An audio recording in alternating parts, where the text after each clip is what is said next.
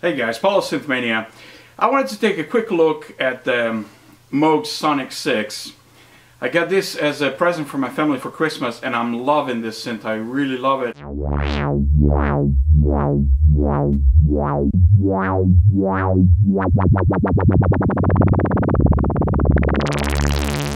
I have also a 1974 Mini Moog, and this one sounds just as special. My Mini Moog is 1974 and I believe this is from 1971, and you'll see why in a second. Let's take a look. Alright, this is why I believe this Sonic 6 is from 1971. Let me zoom in on the filter section. And as you can see, the original owner wrote his name and year, Olatunji 1971. He also wrote Olatunji here by the oscillator A. And I guess he really wanted to make sure people knew this was his synthesizer, because he also wrote it here by the master LFO section here, Olatunji. And I was thinking, how many people named Olatunji back in 1971 were interested in music and purchased a synthesizer? So I'm thinking perhaps maybe this could have been bought by Babatunde Olatunji, the famous guy who did Drums of Passion. Of course, I cannot know for sure, I'm just speculating, but it would be cool. Maybe someone has a picture or a video with Babatunde playing this synthesizer from the early 70s. Alright, a quick overview of the synth. This is a 2-oscillator synth, but it's a little different from the other Moogs that I've played over the years, and it's got some interesting features. From the left, you have two waveform generators, X and Y, which are really like LFOs, and they can be used independently from each other using the contour commands, or jointly controlled by this master slider here. And this is the balance for the X and Y. In the middle here we have the two oscillators, oscillator A and B. And this is the balance for the oscillators, A and B. Right now I have it on A only. You can control the pitch for each oscillator, and the contour, and the keyboard mode, which is also really cool. You can do microtonality with this keyboard. And also it's a duophonic. You can play two notes at the same time, depending on how this switch is operated. In the middle here there's a ring modulator, which can be controlled from the oscillator and XY, but also from the external input. Noise source with white and pink noise. There's a mixer for the oscillator, the ring modulator, external input, and noise. Then there's a section they call the articulator, which can be totally bypassed with this slider here. This is useful if you're running external sources. You bypass the whole envelopes. Unfortunately, speaking of envelopes, there's only one contour generator. It would be really awesome if there were two, but it's kind of cool as it is. It's just a attack and release. Trigger inputs, these are the trigger inputs of the keyboard. You can control the synth via the keyboard. Right now I set on keyboard, but also you can control it from the two waveform generators. Here's the filter, classic transistor ladder with resonance, and it sounds fantastic. And these are pitch control inputs for the filter. And here on the right side there is a speaker, built-in speaker that you can control. You can activate with this control here, speaker on or off. Right now I have it off because I'm using the external amp. On this side here you can't quite see them, but there's a master volume and a glissando and a pitch. Let me see if I can move it real quick. There you go. Glissando, master volume, and pitch wheel. Alright, let's make some sounds. Right now I'm using just this oscillator A, and I have it set at sawtooth, and you get a sound like this.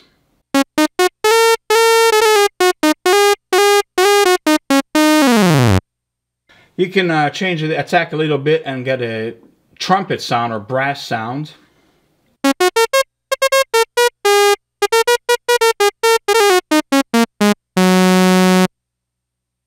you can also add some vibrato by acting on this pitch control input here for the XY. I'm using the X generator to generate a vibrato effect.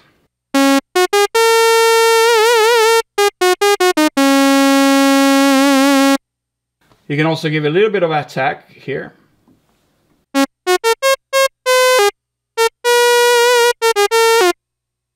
You can change the octave and this becomes like a piccolo trumpet.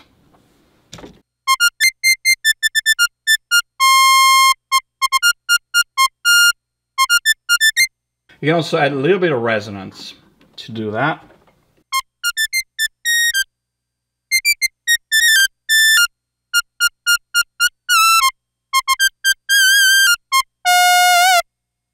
Now let's not forget, these sounds for 1971 were the state of the art.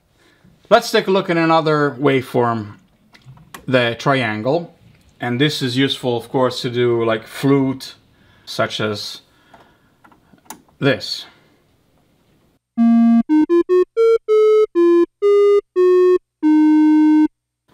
Let's go up with the octave.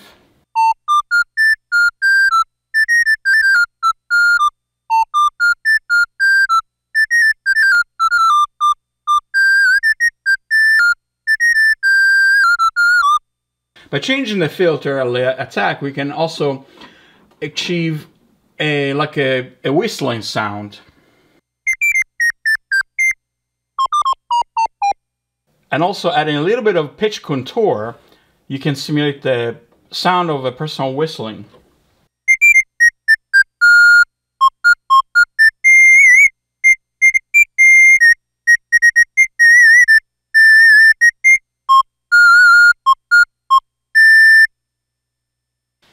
If we move on to the square rectangular waveform, you can do classics such as oboe or clarinet.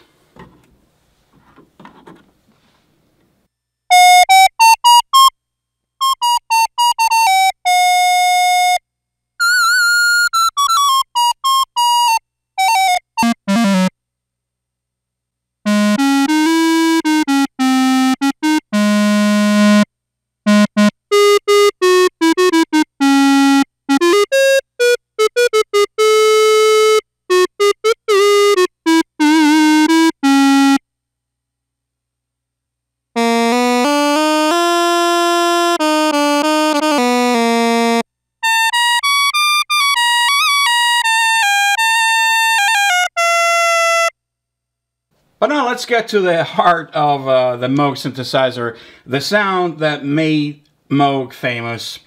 And let's go with a typical quintessential sound that uses, let's say, a square on the oscillator A, and let's put a triangle on oscillator B, just 2 octaves higher here, and maybe 2 octaves lower here. And let's balance the 2 oscillators together. And you get the typical Moog sound.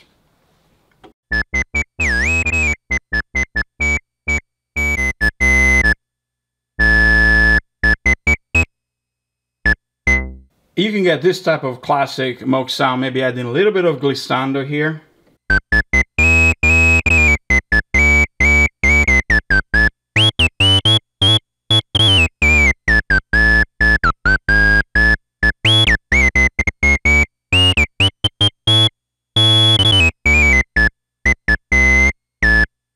These sounds in 1971 were absolutely unheard of and super, super, super cool.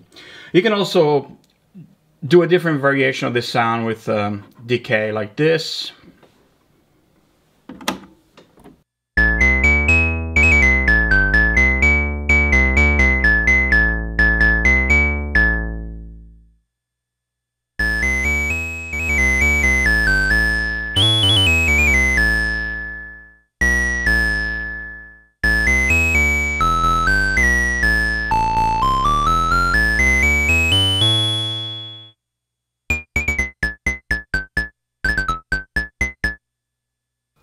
And another wonderful, wonderful sound, which is quintessential Moog, would be the classic synth bass sound. And to do that, let's just set up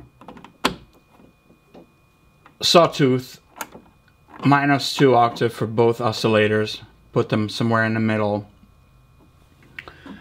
And you get this type of sound here.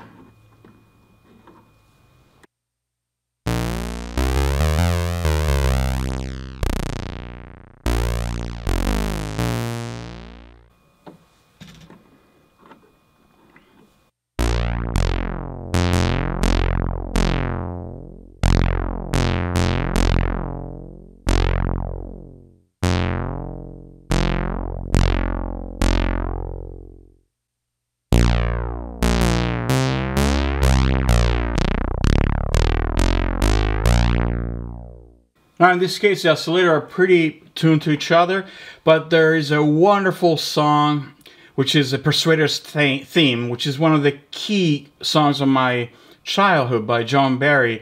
I remember when I was a kid, my father had a projector and we had these movies with the Persuader's Theme, with the Persuaders, which was a famous TV series of the 1970s with Roger Moore and Tony Curtis, and had this wonderful, incredible synth bass, which I can never forget because it really made an impact on me when I was a kid.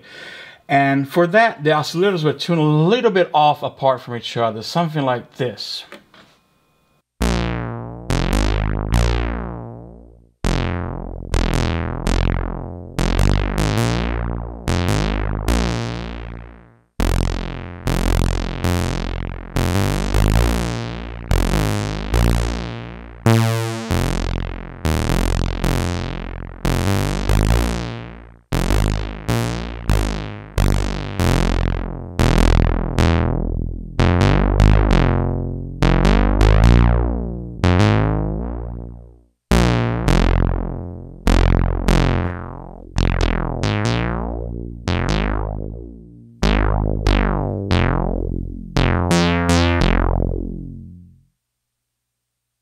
The Sonic 6 is also incredibly useful for sound effects.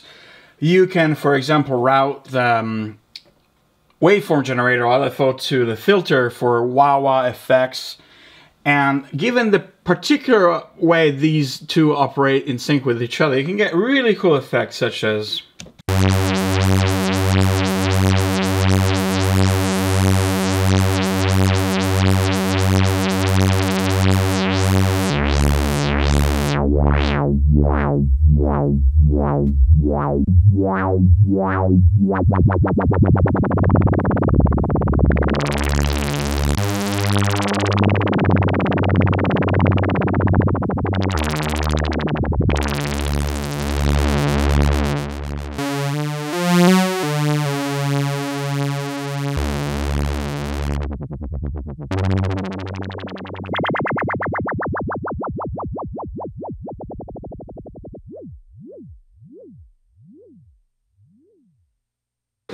and of course you can do crazy siren special effects.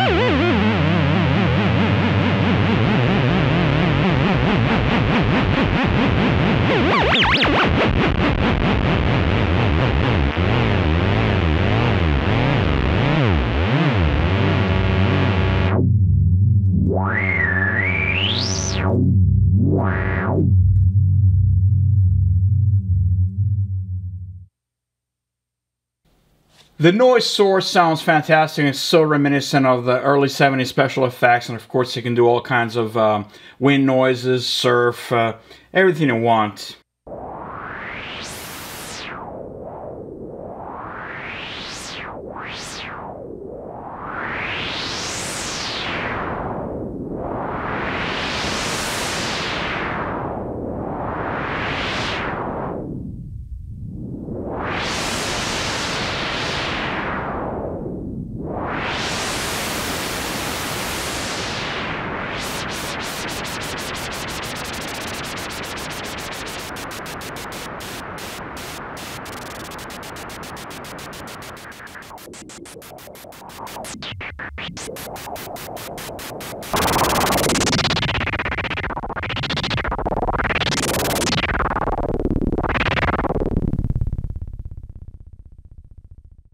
The ring modulator is of course super cool and super wacky, and can be played in addition to the oscillators or the external input, or also by itself. Right now, let's turn off the oscillators and just turn on the ring modulator by itself. And the modulating input can be either the XY generators or the oscillator A. So let's do both.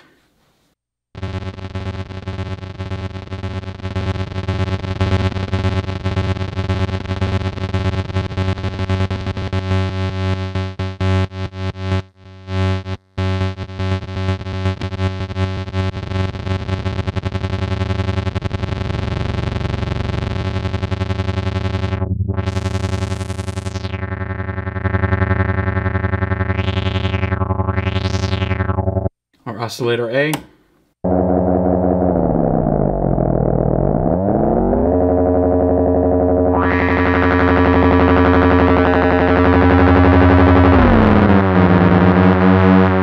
And you can get this really cool metallic 1970s dystopian sci-fi sound, which is just incredible cool.